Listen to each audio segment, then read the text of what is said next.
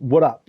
Elden Ring video, and it's going to be like Fire Mage build part 2. Now, this really goes with the video that I uploaded yesterday about my Fire Mage build, and I just wanted to show a couple of the other weapons that you can implement, or ones that you could implement if you wanted to. And these are ones that have flame damage on them. Obviously, you have the Giants, or not obviously, but you have the Giant's Red Braid Whip. You're going to get that by beating the Fire Giant. Now, these have the Slash and Flame. I believe it's what it's referred to as. No, this is the Flame Dance. So basically, with these whips right here, you will imbue the Red Braid with the Giant's Flame and lash out in a wide range with a series of agile swings. That's going to be the L2 attack. Then you have stuff like you could put the Fiery Slash, I believe is what is referred to as. Let me see. Doesn't say, but that's what it is. If I were to come in here to, I'll just show you the name of it. Just come in here to Ash of War. And we'll just come in here. And you can see right here, it's the Fire Short Sword. It is the Flaming Strike. So you have these attacks right here that you could put on all sorts of weapons. Put on a longsword, a dagger, melee like the claws, stuff like that. So you will be able to inflict some fire damage, with this weapon. But first up, I'll just show you the whips right here. They are fun to play with, but you're not really a mage if you're using dual whips. But these ones have like a weird hitbox too, so you got to be kind of close to them, but not too close. But you see, like right there, like I missed the first initial attacks.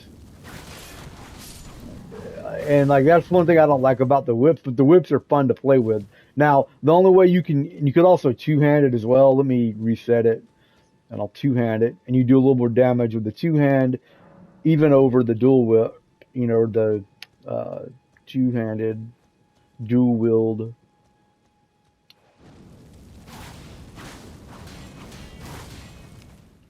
And again, I was just a little too far away. But normally you'll just one-shot them if you're close enough. That's the one thing with the whip. But if you do like the R2 or R1, you're not going to do any fire damage with the Giant's Red Braid Whip. So just keep that in mind with that. And then next up, we're going to use the Bloodhound Claws.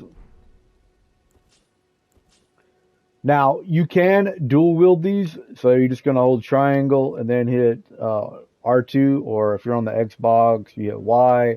On the keyboard, I can't remember off the top of my head what it is. Go to your settings and look. With this right here, the L2 attack, and it just does a bloody slash. Not really that effective, but it is an option, and my claws are not like leveled up at all.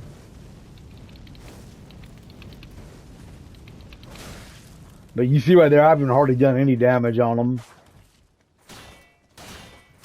I'm not really spec'd for this build either,